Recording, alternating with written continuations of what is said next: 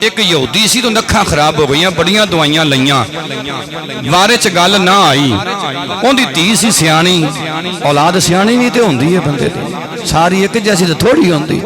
औलाद सी सियाणी ते धी ने आख्या अब्बा जे तू आखे ते एक हकीम कोलों दवाई मैं भी ले आवां। मेरे प्यारे अब्बा जान अगर तुसी हुक्म फरमाओ एक हकीम कोलों दवाई मैं भी लैके आवां।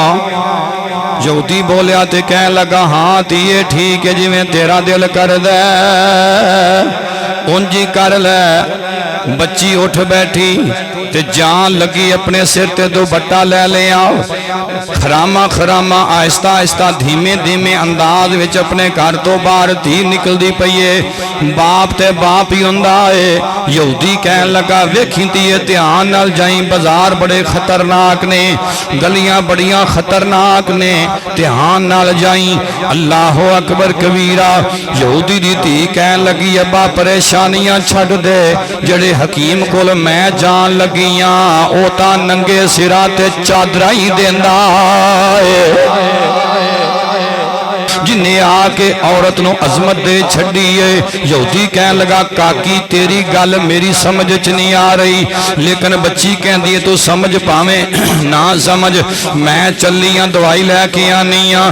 बच्ची गई, नबी पाक अलैहिस्सलाम दा जोड़ा मुबारक उठा लिया, हुजूर दियां मुबारक जुतियां उठाइयां, हुजूर दियां जुतियां नालों खाके मदीना उतारी,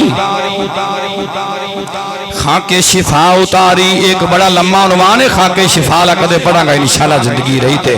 खाके शिफा नबी पाक दे नालैन पाक नाल उतारी, कागज विच बंद कीती, घर लैके आ गई।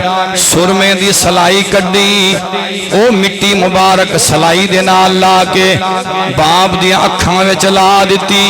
इधरों सलाई लगदी जांदी है, उधरों अखां दी बिनाई आंदी जांदी है।